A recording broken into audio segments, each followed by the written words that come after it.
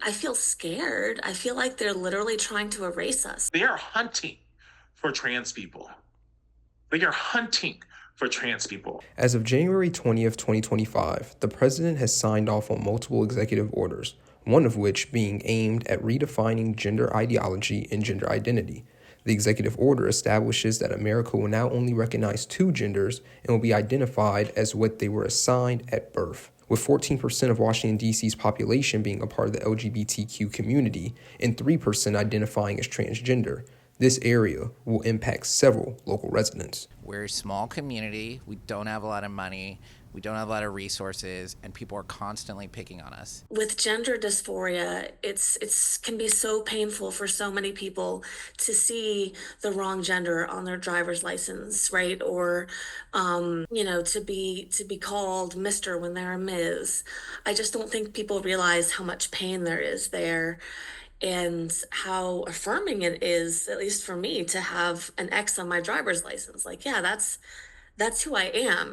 I feel seen. With a month into his second term, the president has signed off on executive orders that will directly impact the LGBTQ community.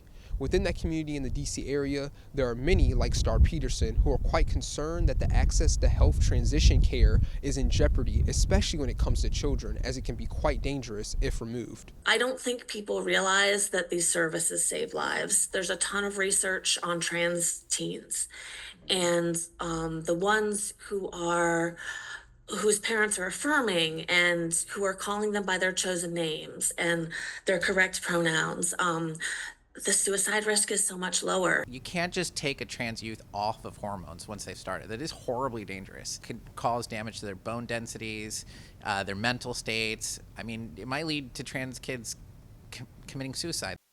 As the executive order has had time to weigh on the minds and hearts of those affected, there seems to be a strong attitude of not running away and keeping up a fight for transgender rights.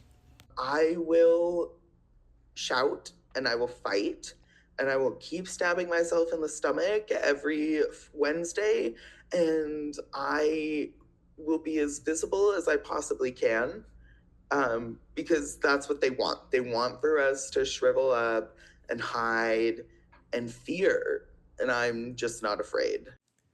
If you're in the DC area and are impacted, Leah Menares suggests that you reach out to many of the helping organizations like Smile and the DC Community Center.